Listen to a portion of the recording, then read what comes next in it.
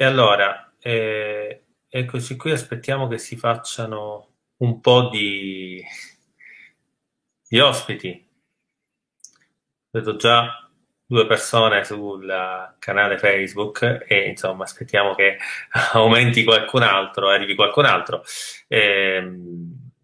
Intanto io colgo l'occasione per introdurre, per salutare tutti, per ringraziare Consumatori per avermi coinvolto come moderatore in questo convegno, perché tra l'altro tratta una tematica estremamente interessante, davvero per tutti. Come da programma i nostri ospiti andranno a sviscerare, ecco, i vari aspetti delle problematiche, soluzioni e opportunità della digitalizzazione nell'ambito della pubblica amministrazione. Del resto l'anno da cui veniamo e il momento in cui ci troviamo chiaramente ci pone di fronte a nuove sfide e, come dicevo poc'anzi, a nuove opportunità.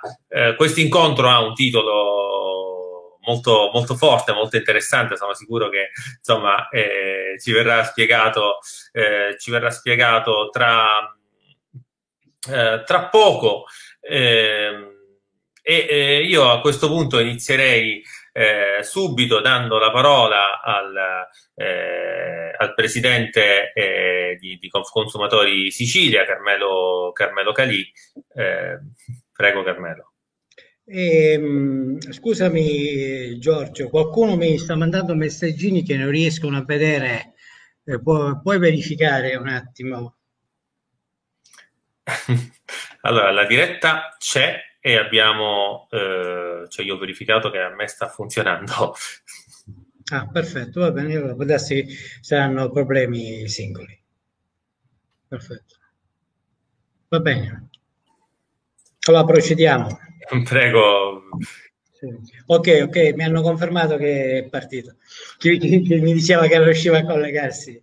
Allora, innanzitutto un ringraziamento a tutti i relatori per aver accettato di partecipare a questo incontro promosso da Consumatori. L'incontro di questa sera si inserisce all'interno di un progetto regionale dal titolo Servizi pubblici a portata di click che Consumatori sta realizzando in collaborazione con altre 4 associazioni dei consumatori, Assutenti Capofila, Assoconsum, Codicons e Movimento Consumatori e Consambiente.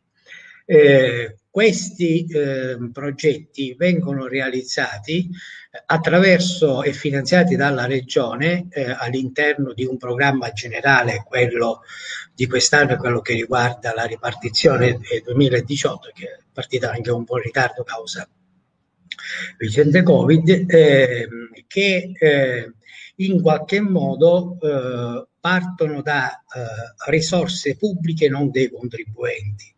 Cioè le risorse pubbliche attraverso le quali si realizzano questi progetti e quindi iniziative come queste sono provenienti dalle multe che l'Antitrust eroga alle aziende che vengono sanzionate per comportamenti lesivi dei diritti appunto dei consumatori. Allora, queste somme per legge vengono destinate a questo tipo di iniziative di informazione ai consumatori. È importante capirlo perché queste cose diciamo noi le promuoviamo ogni giorno, facciamo la massima attenzione a quelle che sono le violazioni, effettuiamo le segnalazioni l'antitrust sanziona e poi queste cose consentono anche di realizzare iniziative come questa. L'incontro di questa sera si inserisce all'interno appunto di quello che è il tema più ampio del progetto, appunto servizi pubblici a portata di click, che riguarda anche tutta una serie di iniziative che non sono soltanto queste dell'incontro di oggi e di un altro che realizzeremo nella prima settimana di giugno, ma riguardano un'attività di assistenza e consulenza su queste tematiche che noi stiamo prestando ormai da un anno, da quasi un anno, negli sportelli in particolare di 2 province, perché il progetto viene realizzato appunto in partnership con altre associazioni. Consumatori ha seguito e segue le province di Catania e Ragusa, e all'interno degli sportelli quindi è stata svolta in questi mesi questa attività di assistenza e consulenza ai consumatori su queste tematiche. Saranno realizzati anche nel prossimo mese, consentendo diciamo la situazione oggettiva che stiamo vivendo, 4 sportelli che fino ad oggi non sono potuti realizzare proprio per questi motivi, cioè sportelli in luoghi pubblici dove si possono incontrare le persone, con cui sarà distribuito un pamphlet che abbiamo realizzato, che potrebbe anche essere richiesto, lo mandiamo online, e anche attraverso appunto questi sempre attività, attraverso i banchetti informativi, attività di informazione ai consumatori che incontreremo in questi luoghi pubblici nei quali realizzeremo l'iniziativa. Il tema di questa sera, che abbiamo scelto per l'incontro di questa sera, all'interno del tema generale del progetto, è enti locali e servizi online, il cittadino protagonista e non suddito. Perché? Perché siamo partiti da un giudizio che abbiamo emesso, e che in questi anni il cittadino nei rapporti con la pubblica amministrazione in generale e con gli enti locali appunto ha avuto un ruolo di subalternità, di sudditanza, e molte volte sappiamo come ottenere un semplice certificato era quasi chiedere un favore, una cortesia, un privilegio e non un diritto. Allora questo metteva il cittadino in una situazione di sudditanza. Certamente passare dal cartaceo, chiamiamolo così, al digitale dovrebbe costituire una fase di affrancamento del cittadino da questa posizione di sudditanza, e farlo diventare appunto protagonista non sulle semplici questioni di certificazione, ma su tutte le questioni più complesse del rapporto con la pubblica amministrazione, e quindi fargli conseguire questo nuovo ruolo di protagonista. Tuttavia noi temiamo e ci rendiamo conto che le cose non stanno esattamente in questo modo, perché se vogliamo dare un giudizio sull'oggi possiamo dire che da una situazione di burocrazia cartacea nella quale i cittadini si trovano a vivere, si trovano in una situazione di burocrazia digitale, che li incarta peggio delle carte, quella digitale, con appunto una situazione di difficoltà, perché spesso non avere le competenze digitali significa soffocare ancora di più il cittadino, il quale appunto quindi anche col digitale rischia di diventare suddito ancora di più e non invece protagonista del proprio futuro e delle proprie scelte.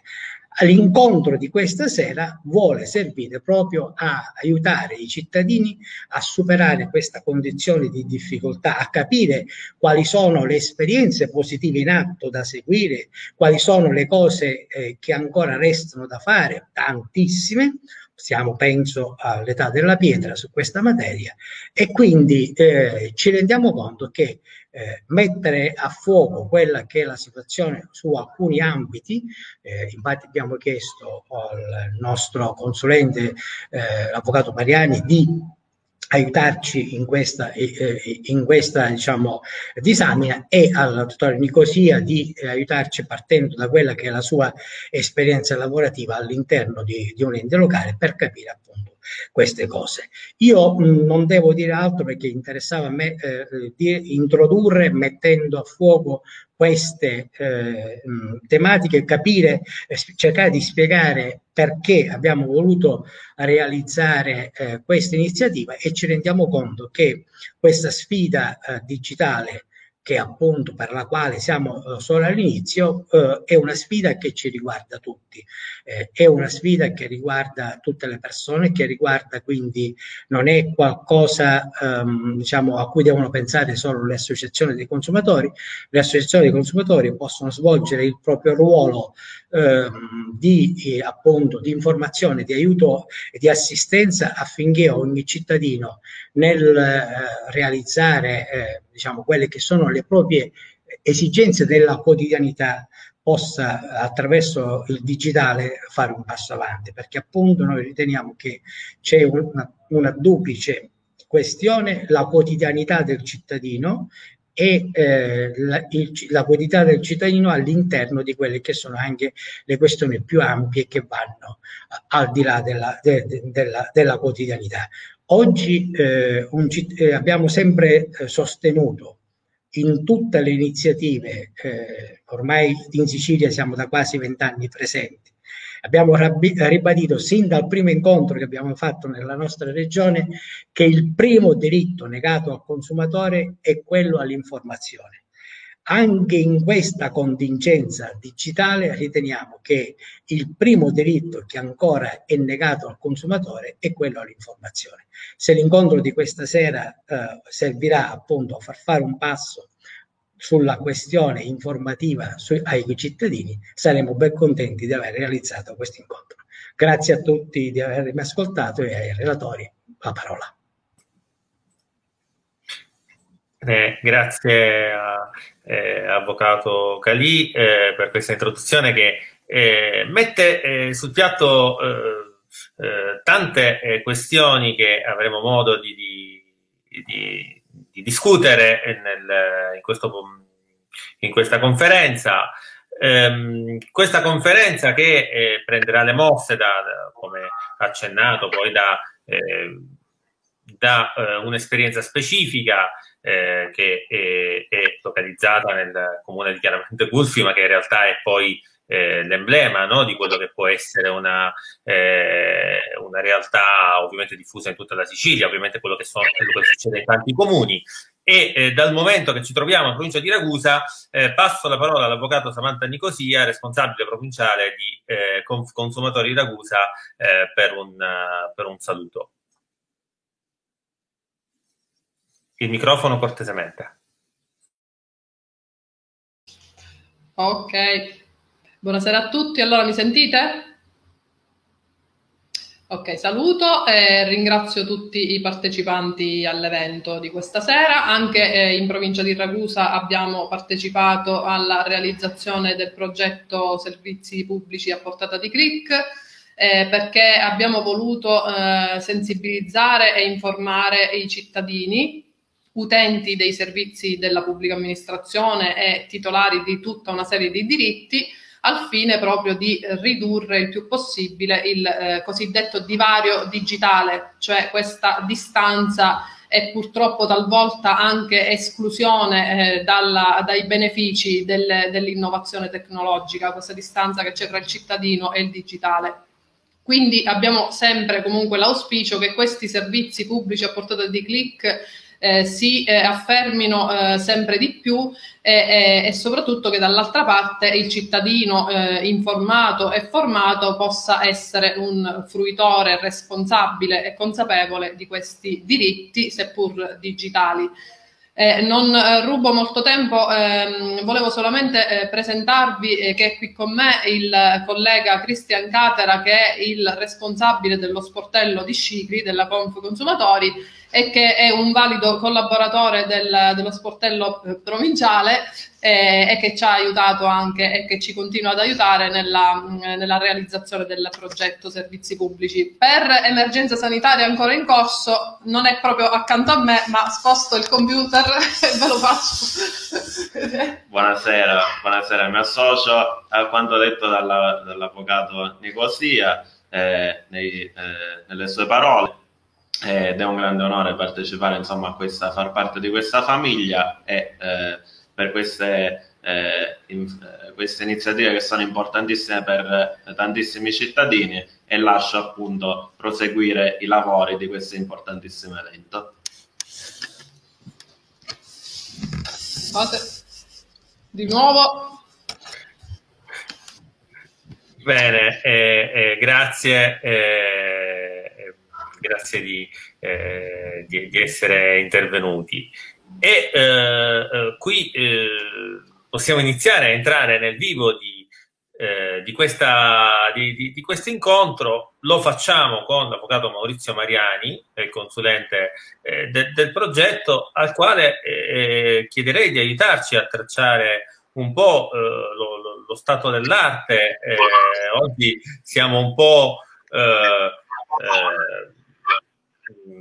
in una condizione nella quale noi cittadini ci troviamo una sovrabbondanza di informazioni, a volte non sappiamo bene come comportarci. Per qualcuno a inizio pandemia soltanto fare uno speed è diventata un'impresa ardua, a volte questo diventa un problema transgenerazionale, non solo per le generazioni più anziane, anche se forse diciamo, i giovani sono ovviamente più smart e più predisposti, diciamo, a questo approccio. E quindi cedo la parola all'avvocato Mariani, a cui chiederei di aiutarsi un po' a tracciare un quadro di questo stato dell'arte.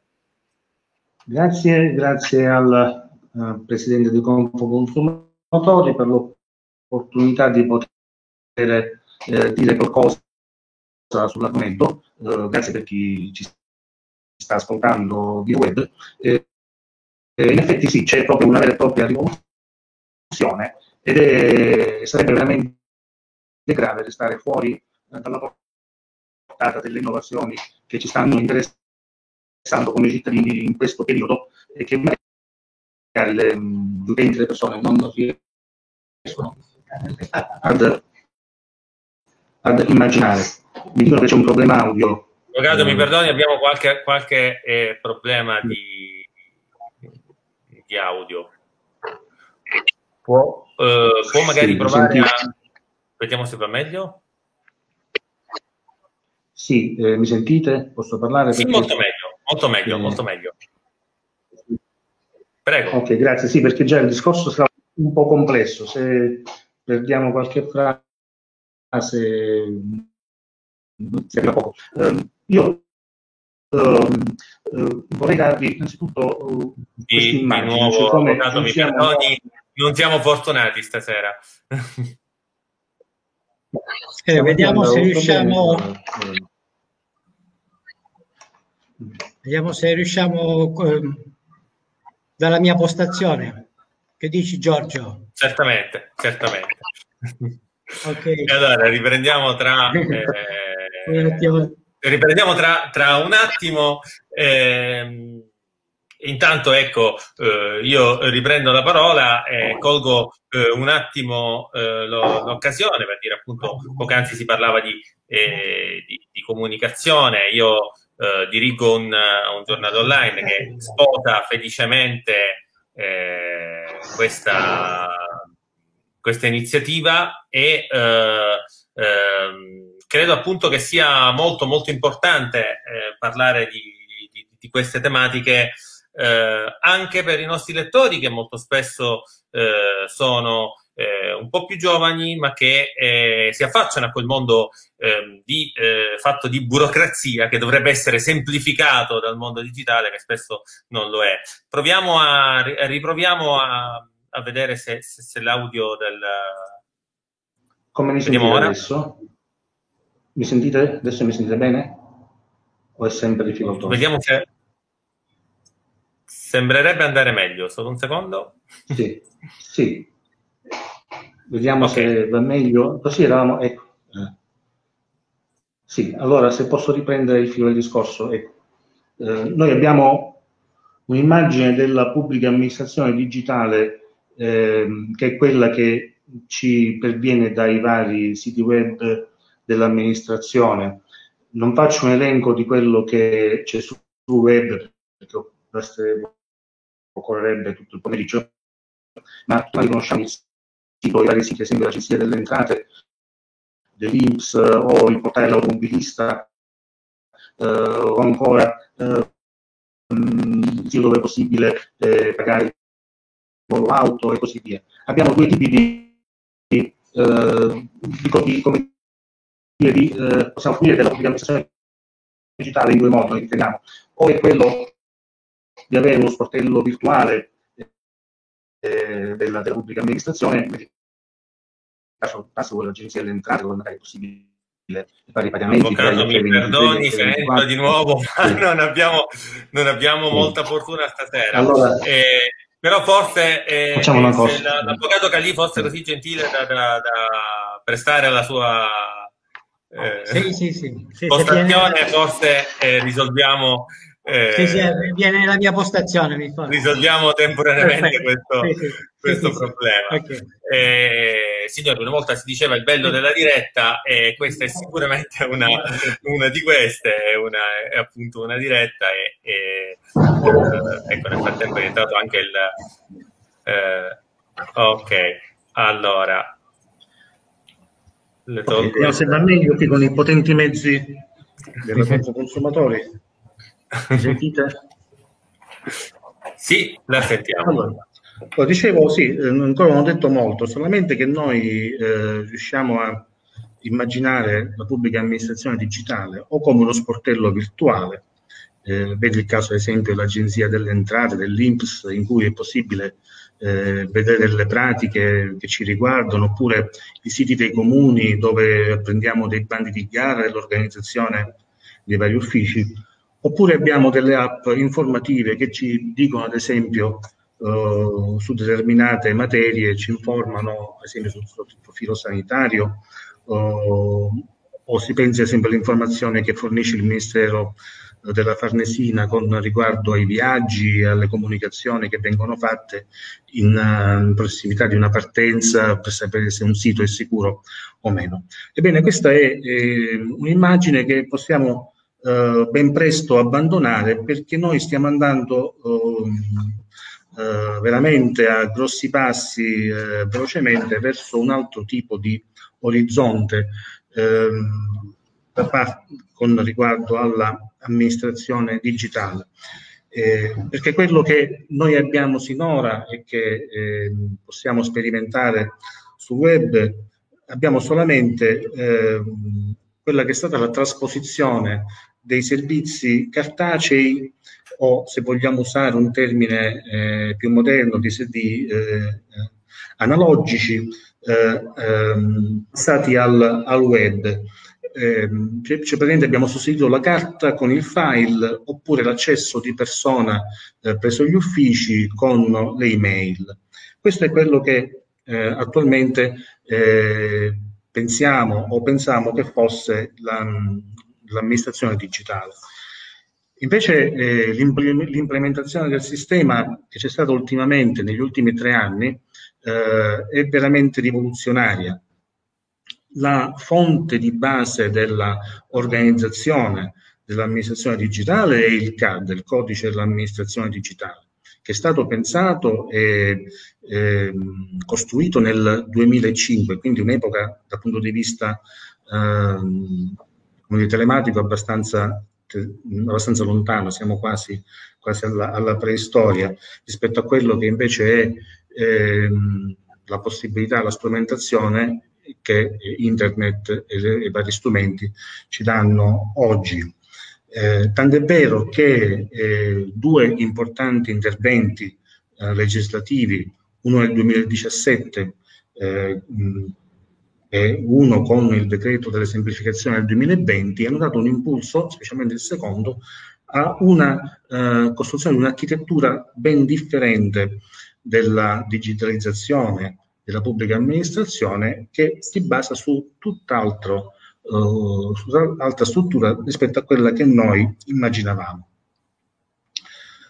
Cosa abbiamo oggi? Quali sono i principi su cui si fonda l'amministrazione digitale, su cui viene costruita questa architettura? Praticamente il sistema di collegamento e di partecipazione dei cittadini alla pubblica amministrazione avviene attraverso determinate piattaforme o strumenti ben specifici. Il primo è la creazione del domicilio digitale. Praticamente chi appartiene a una determinata categoria professionale o di impresa già conosce questo concetto di domicilio digitale, ma praticamente viene esteso a tutti i cittadini. E questi elenchi digitali saranno praticamente obbligatori anche per coloro che non sono soggetti a determinate norme, per cui anche imprese o professionisti che non fanno parte di albi ben specifici dovranno avere il proprio domicilio digitale, e diventa questo, il domicilio digitale, la modalità operativa, la direttiva in base al quale le pubbliche amministrazioni potranno dialogare con le persone fisiche, cioè attraverso il domicilio digitale, attraverso l'implementazione delle modalità con le quali verrà reso disponibile questo domicilio, e comunque dovrà essere garantito il diritto a comunicare con la pubblica amministrazione in caso di divario digitale. Al domicilio digitale poi si aggiunge il cosiddetto SPID, di cui sentiamo sempre più parlare recentemente anche attraverso i canali pubblicitari. Cos'è lo SPID? È un sistema di identità digitale che viene costituito con la partecipazione di alcuni soggetti pubblici e privati che vengono accreditati presso l'Agit. L'Agit è l'Agenzia per l'Italia Digitale, e gestiscono dei servizi di registrazione e di messa a disposizione di credenziali e di strumenti di accesso alla rete. Sono diversi questi organismi che forniscono queste credenziali, Aruba, Infocert e soprattutto Poste Italiane. E poiché il piacere si paga, non manca la creazione dello strumento di pagamento online, il PagoPA. Tutti i pagamenti nei confronti dell'amministrazione pubblica dovranno avvenire tramite questo canale telematico PagoPA, quindi tributi, tasse, tari, multe, imposte comunali, quant'altro, rette scolastiche, deve avvenire attraverso il sistema cosiddetto PagoPA. Poste Italiane attualmente gestiscono ad esempio il 90% dei canali del volume di traffico, sia dello SPID sia dello strumento PagoPA.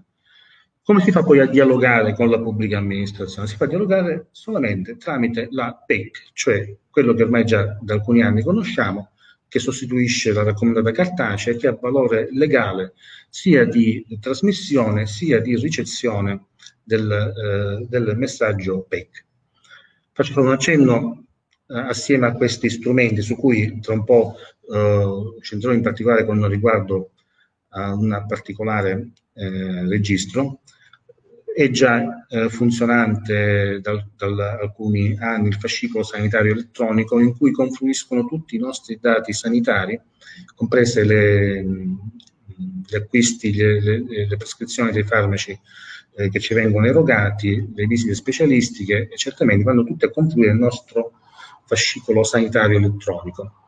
E anche la carta di identità ormai viene quasi dematerializzata, perché è stata istituita da alcuni anni la carta di identità elettronica, in cui tutti i dati che ci riguardano vanno a confluire in questo strumento. Da base centrale di tutto questo, di tutta questa architettura sarà l'anagrafe digitale, cioè l'anagrafe nazionale della popolazione residente, che verrà, nella quale sarà particolarmente importante il ruolo dei comuni.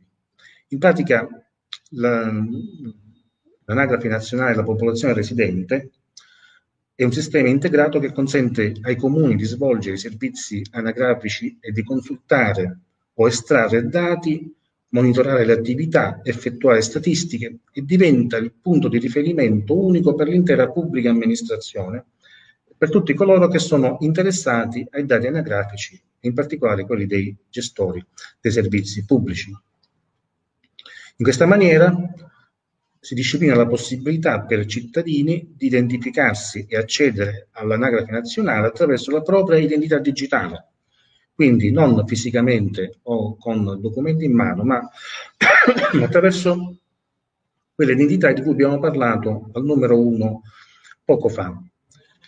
E quindi poter richiedere un certificato anagrafico in base alla propria identità digitale. Viene prevista l'attribuzione ad ogni cittadino di un codice identificativo unico nell'anagrafica nazionale della popolazione residente, al fine di facilitare poi l'interoperabilità, l'interscambio con le altre banche dati della pubblica amministrazione e dei gestori di servizi pubblici. Cosa si potrà fare attraverso l'anagrafe nazionale della popolazione residente? Direttamente online il trasferimento di residenza da un comune all'altro, la costituzione di una famiglia, di una nuova convivenza, oppure far trascrivere i mutamenti che sono intervenuti, far registrare appunto i cambiamenti, o il cambiamento di abitazione, tutti i servizi che verranno forniti in modalità telematica attraverso questa anagrafe nazionale. Ma non si ferma qui, non finisce qui, perché il progetto dell'anagrafe nazionale prevede il collegamento con un nucleo di interscambio europeo. Praticamente anche gli altri cittadini degli Stati membri dell'Unione Europea saranno collegati a questo interscambio e potranno, ad esempio, gestori di servizi pubblici di un altro Stato della Comunità Europea accedere ai dati dell'anagrafe nazionale nostra e quindi acquisire queste informazioni. Io ovviamente qui tralascio tutto il discorso sui dati sensibili, che non è, diciamo, questa la sede, però capite che tipo di cambiamento è in atto nei confronti del trattamento della costituzione di questa banca dati. Ma la banca dati, questa banca dati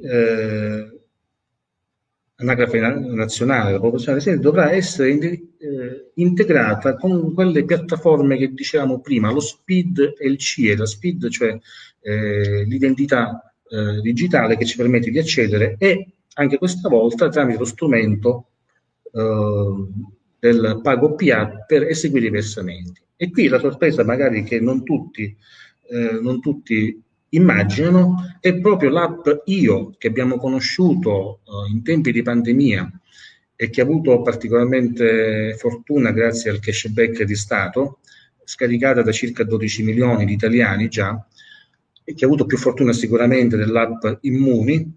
È proprio questa l'app, la piattaforma, lo strumento di collegamento del cittadino con tutti questi canali di informazioni e canali digitali verso la pubblica amministrazione. Ovviamente poi le modalità di comunicazione sono quelle che abbiamo detto attraverso la PEC, la posta elettronica certificata. E tutte le pubbliche amministrazioni a loro volta sono tenute, in base alla normativa emanata recentemente, a rendere fruibili i servizi in rete attraverso quest'app, attraverso l'app IO. Questa è l'architettura che si sta creando in questo momento. Ma qual è la sintesi di questo discorso, o meglio il timore o la prospettiva dell'utente, del cittadino nei confronti di questo sistema? Il tema del convegno di stasera è quello dell'essere cittadino che partecipa oppure essere un suddito. Bene, il pericolo che si corre in questa costruzione della pubblica amministrazione digitale è quello di considerare il cittadino, l'utente, come in realtà un terminale, cioè un device, quello che conosciamo, che può essere, viene volgarmente chiamato così, la stampante, il monitor di un computer, cioè di essere dei terminali di un sistema. Invece il cittadino deve essere partecipe, deve essere messo al centro di questo sistema e quindi essere soggetto attivo. Come può essere fatto? Questo qui ovviamente è l'auspicio ed dipende dalla capacità dei manager che vengono incentivati nella creazione di questo nuovo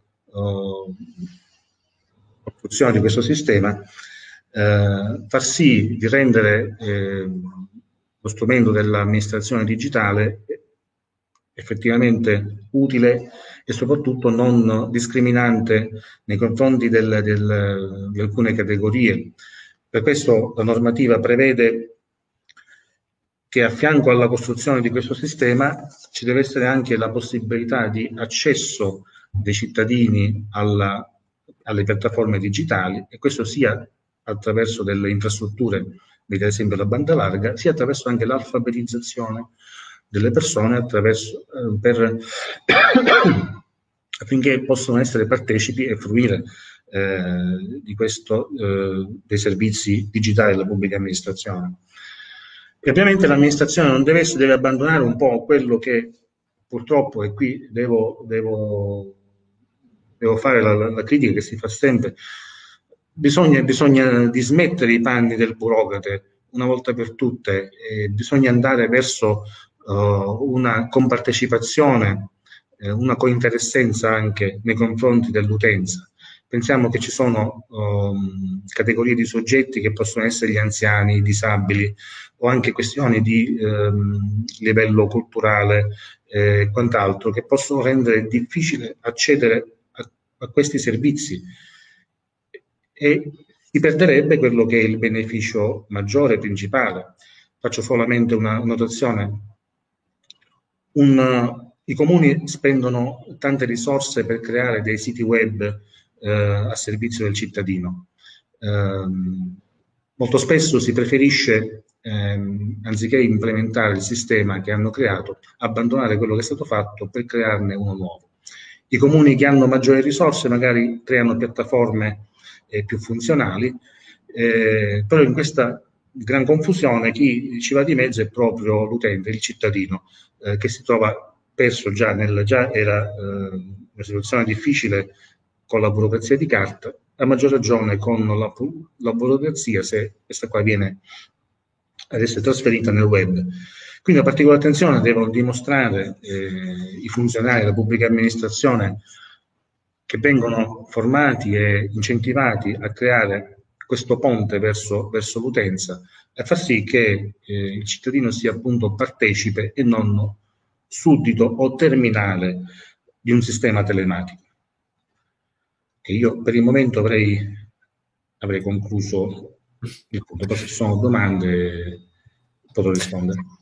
Bene, grazie. Le domande possiamo eventualmente raccoglierle, potete scriverle sia su Facebook che su YouTube, e avremo modo di eventualmente di discutere i vostri commenti. Intanto ringrazio l'avvocato che penso abbia lanciato, vedevo il dottor Nicosia prendere proprio appunti con molto interesse, perché immagino che vorrà riprendere magari qualcuno dei punti o rispondere a alcuni degli stimoli che sono stati lanciati. Evidentemente le domande sono tante. Quando parliamo di digitalizzazione vengono fuori molte opportunità, appunto quelle che sono state elencate. Poi quello che nel sentire comune si pensa sempre, ma queste cose poi nella realtà come atterrano sul territorio, come si concretizzano, e poi quando mi ritrovo a dover svolgere le mie normali attività presso il mio comune, quanto mi viene semplice tutto questo. Anche il tema della alfabetizzazione digitale è molto importante. Io sono estremamente convinto, credo che questo sia condiviso, che o è una domanda insomma anche che possiamo porre, che tutti possono con una adeguata preparazione, ma che deve arrivare appunto con uno sforzo collettivo anche da parte di chi eroga questi servizi, tutti possono trarre un grande beneficio da questa digitalizzazione. Però entriamo, non rubo altro tempo al dottore Nicosia, entriamo appunto nel vivo e partiamo dal particolare per arrivare un po' al generale, come si concretizza tutto questo nella nostra vita quotidiana. Buonasera, spero che mi sentite. Forte e chiaro. Bene, grazie innanzitutto per l'invito, per darmi la possibilità di parlare di questa esperienza che ho maturato. Mi riallaccio a due interventi iniziali. Proprio il Presidente Galì sottolineava questa burocrazia digitale che certamente c'è, esiste, ma io la definirei anche ignoranza digitale, per cui chi si trova sul campo a lavorare, avendo delle difficoltà operative, si barrica su concetti, su presupposti, su azioni che a volte sembrano proprio ispirate dal non risolvere il problema, il più delle volte perché non hanno la competenza per risolverli, io parlo con estrema franchezza. E come dire, ne parliamo dopo. Ecco, questo è un po' il concetto. Altro importante concetto è quello espresso dall'avvocato Mariani a proposito del domicilio digitale, eccetera. Non c'è dubbio che per l'esperienza che ho maturato e da diversi anni che sono nella pubblica amministrazione, il trapasso nel corso del tempo da un'azione amministrativa che era assolutamente dentro il palazzo, quindi immaginatevi anche l'adozione di un atto deliberativo.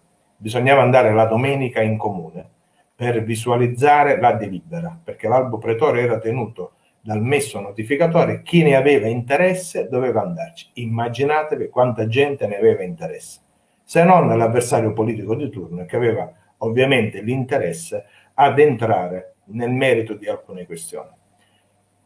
Siamo passati, è inutile che ci soffermiamo, dal controllo preventivo sugli atti al nulla di oggi, perché oggi sul controllo degli atti c'è assolutamente il nulla, perché non esiste un controllo preventivo anche sugli atti più importanti, cosa che esiste in Italia, in Sicilia questo è stato abolito del tutto. In tutto questo travaso, in questo grande travaglio, arrivano i siti internet. È il primo momento, diventa una vetrina per gli enti per farsi vedere, per far conoscere le proprie iniziative, ma man mano all'interno dei siti poi sono arrivate delle pagine tematiche ben precise, per esempio l'albo pretorio, no? È un modo per comunicare ai cittadini l'azione della pubblica amministrazione con tempistiche precise, gli atti vanno pubblicati in una certa data, chiunque ha l'accesso, chiunque può verificare l'azione della pubblica amministrazione. Continuando sempre in questo grande travaglio e questa grande rivoluzione, arriviamo al digitale. E questo è un passaggio fondamentale. Primo problema, quanti di noi hanno affrontato in termini di formazione, noi mi riferisco come operatori, questo grande passaggio? Pochi, quasi nulla. Lo Stato e gli enti vari non hanno fornito gli strumenti. Vi porto un esempio per tutti. Oggi la carta d'identità elettronica è un documento alla portata di mano di tutti. Ma per arrivare a realizzarla, per la prima volta il Ministero degli Interni ha veramente fatto uno sforzo incredibile per formare il personale, per dare le apparecchiature e riconosco, per seguire bene gli operatori. Unico esempio positivo. Questo ha permesso ai cittadini di poter accedere a un documento cartaceo che poi dà tantissime altre possibilità di cui farò un attimo e mi soffermerò. Ma si pone un problema più semplice, operativo. Il cittadino, attraverso quello che oggi il Pago PA, come giustamente diceva l'avvocato Mariani, deve affrontare il pagamento elettronico, cioè col bancomat. Purtroppo nella popolazione più anziana pochi hanno il bancomat. Quindi a quel punto l'operazione semplice, che io prendevo i soldi e rilasciavo la carta d'identità, significa andare dal tesoriere, quindi in una banca, per questa operazione, perché ovviamente c'è questo paradosso banale, ma riguarda tutte le amministrazioni, il certificato dove c'è semplicemente il diritto di segreteria 0,26 o 0,52 a secondo se è in bollo o in carta semplice. E si pone un problema: ma posso fare un bancomat per 0,26? Posso mandare in banca un cittadino per 0,26? E qua nasce un altro problema: come organizzarsi? Ogni comune si è dato una regola. Noi per esempio queste piccole sommette li prendiamo direttamente. So benissimo che non rispettiamo quello che è l'obbligo imposto dalla norma per quanto riguarda il Pago PA. Ma vorrei chiedere agli astanti: si può chiedere a un cittadino di andare in banca se non ha il bancomat per fare un versamento di 0,26 con i diritti che dovrà pagare? Punto interrogativo. Andiamo ora alla questione di fondo per cui mi è stato chiesto un intervento. Poco fa l'avvocato Mariani si soffermava molto sulla CIE e credo che sia questa la vera rivoluzione all'interno della pubblica amministrazione, dei diritti che il cittadino può attivare attraverso la carta di identità elettronica. Oggi il documento elettronico è munito anche di un PIN, come tutti noi sappiamo. Metà viene rilasciato al momento della richiesta presso gli uffici comunali, l'altra metà arriva con il documento elettronico che puntualmente, devo dire, il Ministero entro 7 giorni fa pervenire ai comuni.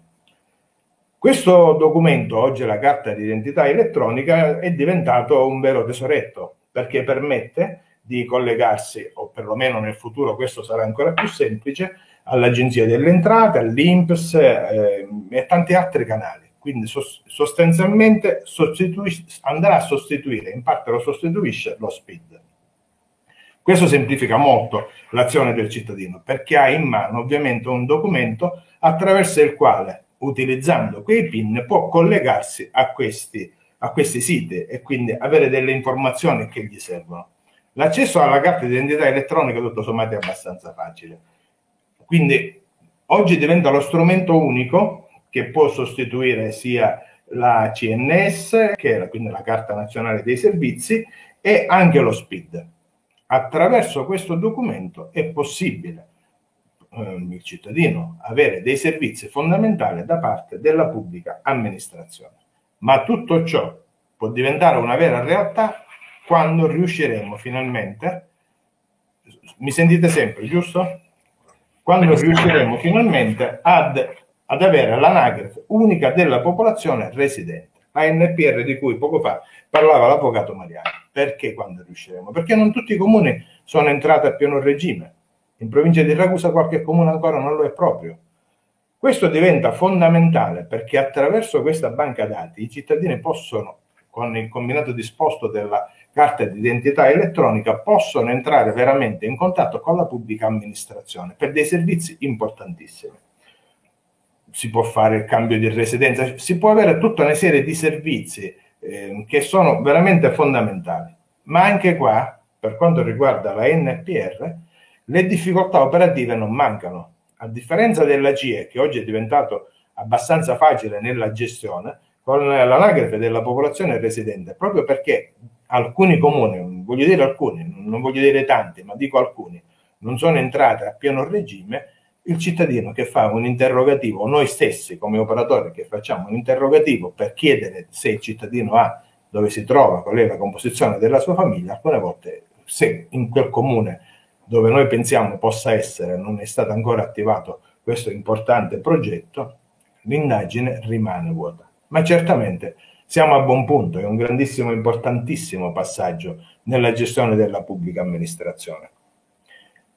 Cosa serve, a mio avviso, per l'esperienza che maturo giorno dopo giorno? Serve un'informazione corretta. E l'informazione corretta avviene attraverso anche un susseguirsi di azioni che la pubblica amministrazione deve mettere in campo, per esempio nei siti, dando delle piccole, fondamentali informazioni, il cittadino documentandosi per quello che è possibile. Ma poi occorre che ci sia un cambio generazionale, soprattutto nella pubblica amministrazione. Questo è il vero problema, è un problema che è fortemente avvertito. La pubblica amministrazione oggi su alcuni servizi fondamentali deve rivolgersi, parlo soprattutto dei piccoli e medi comuni, deve rivolgersi a delle società specializzate che danno il pacchetto completo. In genere fanno alcuni corsi per darti una formazione ma molto larvata, poi sul campo la devi costruire. Il più delle volte non si riesce a gestire nemmeno questo. Praticamente solo la nuova generazione, che certamente col digitale ha molto più dimestichezza di chi vi parla e di forse di alcuni di noi, potrà garantire una iniziativa di comunicazione con la gente che sia veramente efficace e fondamentale. Voglio solo semplicemente citare ora un altro piccolo problema che riguarda, ma semplicemente sfiorandolo, quello che comunemente è l'accesso civico, perché da qui partono molti problemi della pubblica amministrazione. L'avvocato Mariani diceva che il cittadino molte volte diventa succube dell'azione digitale, è vero, proprio per le ragioni che si è detto all'inizio, ma il cittadino non è nemmeno colui il quale possiede gli strumenti per capire che oggi esistono delle azioni importanti.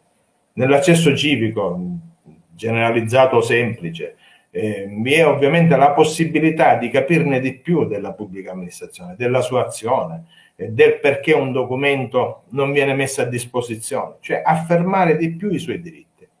Ebbene, una popolazione anziana tutto questo non riesce proprio completamente, lo dico con molta franchezza, soprattutto nella nostra esperienza del Sud, non riesce proprio a gestirlo. Diventa estremamente difficile. Anche i professionisti incontrano delle difficoltà, anche perché la pubblica amministrazione, soprattutto per quanto riguarda l'accesso civico, ha tutto l'interesse ad evitare che si entri nel dettaglio dell'azione o del controllo della conoscenza. Io sono convinto che comunque siamo sulla buona strada, perché molte cose possono cambiare in meglio. Molti passi si sono fatti. Era impensabile già 5 anni fa pensare che l'informatizzazione di alcuni servizi potesse garantire al cittadino un maggiore accesso. Ma occorre quel combinato disposto di cui si parlava poco fa. Il cittadino più consapevole e la pubblica amministrazione più disponibile a favorire quello che è un suo diritto, oggi confermato da tutte le norme. Bene, io avrei concluso in questa fase e vi ringrazio. Ovviamente sfiorato i temi, perché entrare poi nel dettaglio diventa poco produttivo per chi ci segue, ma possiamo tranquillamente, se c'è qualche domanda, andare ancora più in profondità. Vi ringrazio. Dottore, la ringrazio per questo intervento che è stato estremamente conciso, come quelli che abbiamo ascoltato prima. Appunto, ovviamente molte tematiche in altre sedi meriterebbero un approccio diverso, però credo che nello spirito di questa iniziativa, che è trasmessa appunto in digitale e sul web, questo aiuti molto a dare un'idea di quello che è non solo lo stato dell'arte, appunto di quello che stiamo vivendo, quali sono le problematiche, quali sono le opportunità. Mi sembra che ci siano delle parole chiave sulle quali riflettere, che sono emerse, appunto, sono consapevolezza riferita al cittadino. Abbiamo parlato di alfabetizzazione digitale, della necessità di avere dei sistemi che dialoghino e che parlino la stessa lingua, e anche della necessità di un approccio che veda più generazioni a confronto e un coinvolgimento di quelle più giovani, che sono per natura, diciamo, più portate verso determinati approcci, ovviamente impegnate nella costruzione di un sistema di pubblica amministrazione che, a partire dai singoli comuni, poi diventi realmente qualcosa di integrato, di funzionale e di realmente potente per l'utente finale, per il cittadino, che a quel punto diventerà protagonista, appunto, e non suddito. Ma su questo io chiuderei il cerchio che abbiamo avviato oggi, tornando da Carmelo Calì, dall'avvocato Calì, dal presidente Consumatori, per trarre un po' le somme di questo incontro spot. Siamo qui da quasi un'ora e devo dire che grazie alla vostra celerità il tempo è volato, quindi chiederei all'avvocato Calì di trarre un po' le conclusioni, sperando, ecco, che per i nostri ascoltatori, una volta si vede teleascoltatori o web ascoltatori, questo incontro sia stato, ecco, di interesse e anche di buona utilità. Ma io ringrazio tutti per le cose che sono state dette. Penso che dall'incontro di questa sera possiamo uscire, almeno io ne esco, con una consapevolezza che si apre una nuova fase nella tutela dei diritti dei consumatori, che è quella digitale.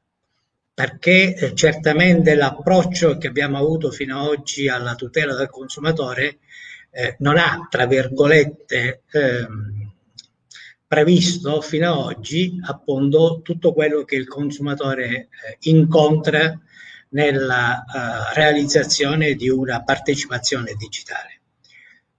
Questa sera abbiamo capito che ci sono tanti passi in avanti da fare e quindi anche la tutela del consumatore deve fare passi in avanti su questo settore. E quando parlo di tutela del consumatore, certamente non intendo riferirmi alla tutela che potrà certamente venire da tutti quei casi di negazione dei diritti, di intoppi digitali che possono creare dei disservizi. Certamente su questi ci sarà anche da lavorare. Però penso che la tutela vada, come hanno detto benissimo, dottor Nicosia benissimo, c'è un lavoro preventivo di informazione, di formazione su cui bisogna lavorare e su cui appunto le associazioni di consumatori non possono girarsi dall'altro lato, perché molte volte un diritto può essere vanificato dalla poca conoscenza digitale, dalla poca applicazione di una procedura digitale. Allora questa è una nuova frontiera di cui dobbiamo farci carico. Dobbiamo capire che il nostro futuro come associazione di consumatori dovrà comprendere necessariamente la tutela digitale, consentitemi di usare questa espressione, forse è un po' brutta, però voglio usarla così, la tutela digitale del cittadino, perché dove per tutela passa innanzitutto attraverso la formazione e l'informazione. E anche l'incontro di questa sera lo considero come il punto di partenza di tutta una serie di riflessioni che dovremmo fare su questa tematica, che certamente non si esauriranno con l'altro incontro, non si esauriranno con questo progetto, ma che dovranno andare avanti attraverso un'articolazione di iniziative sempre più opportune. Questa è la sfida, ritengo, che noi dobbiamo raccogliere questa sera dalle cose che ci sono state dette. Abbiamo acquisito diciamo una consapevolezza maggiore di quelle che sono le questioni in campo e quindi come consumatori ritengo che questo sia il giudizio finale dopo questo incontro, con una ulteriore notazione per quello che è il discorso che faceva sempre faceva Nicosia sulle nuove generazioni.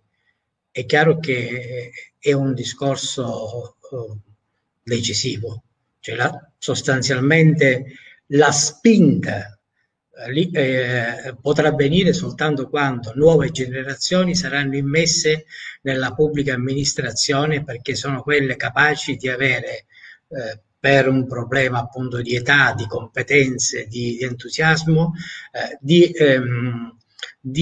governare questo processo. E quando, almeno per quello che io ho capito dalle cose che diceva il dottor Nicosia, questo processo le nuove generazioni lo potranno governare non soltanto gestendo al meglio la macchina burocratica, la macchina organizzativa, ma accompagnando tutti a inserirsi all'interno di questo processo, perché chi ha la capacità di governare la materia è capace anche di mettere tutti nelle condizioni di avvicinarsi a questi strumenti, a queste modalità e a utilizzarli al meglio. Quindi questo è anche una cosa importante, e anche da questo punto di vista le associazioni del consumatore devono capire che se vogliono rendere un servizio ai cittadini da questo punto di vista devono coinvolgere al proprio interno dei giovani che possono aiutarli appunto a dare l'informazione con arnesi nuovi